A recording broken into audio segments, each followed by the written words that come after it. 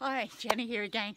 Now I'm going to talk about this thing called mineralisation that I just mentioned in the end of the last video.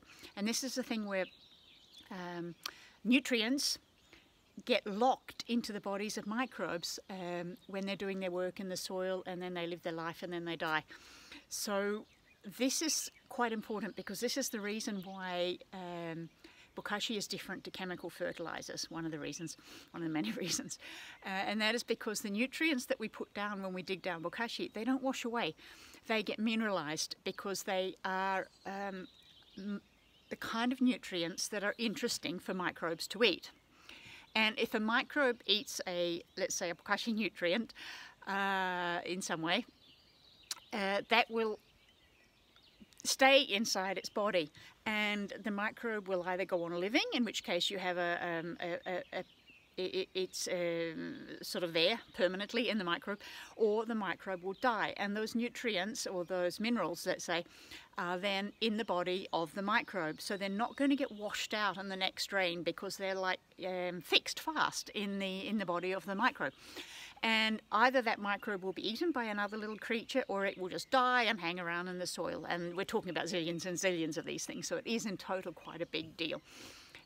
So this is called mineralization. When a mineral, let's say, just say it's liquid or something, just to make it easy to understand, and the microbe eats this liquid mineral, and then it becomes permanent in the soil and it won't wash away because it's either in the body of the microbe, or it's in the body of something that eats that microbe, or in some way it's fixed in the soil.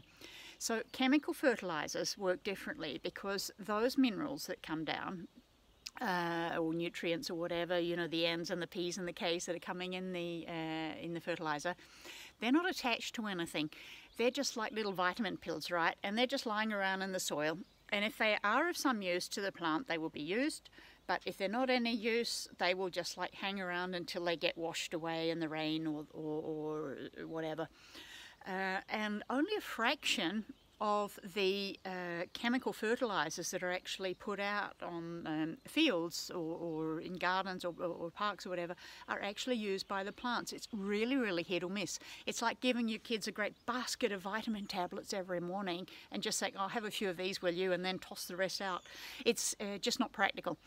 So this is why when people worry about in the autumn, is it okay to dig down bokashi? And the answer is yes, it is. And the reason is because the nutrients in what you dig down are actually going to stay there in the soil because they will get fixed by the microbes. And we know with bokashi that because we also bring in a little army of microbes in every bucket, quite, you know, healthy, normal microbes, they will do the work. So there's no chance that those nutrients will get lost in any way. Whereas if you fertilise with chemical fertilisers in the autumn or the fall, there's a real risk that can get washed away because there are no plants doing any work. They don't need nutrients. There's nothing to take up those nutrients, and there's nothing either that want to eat them, so they will just wash away. And this is the big difference why we need to feed the microbes.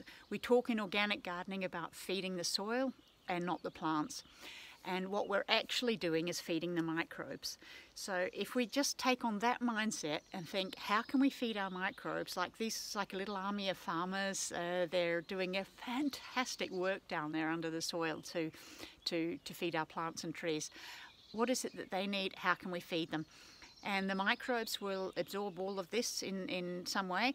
What the tree needs, it will get, and what the tree doesn't need for the moment will just stay in the body of the microbes.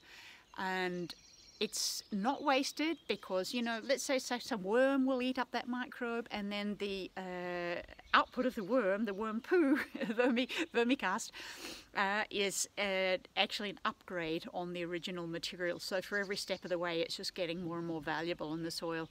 Super, super nice way to look after our soil. And we start by feeding the microbes. And the mineralization process, which happens because they stay solid in the soil in some way, means that we don't have to take responsibility. We can hand this work over to the microbes and to all the creatures in the soil web, because they know exactly what they're doing and do it way, way better than us. It's amazing.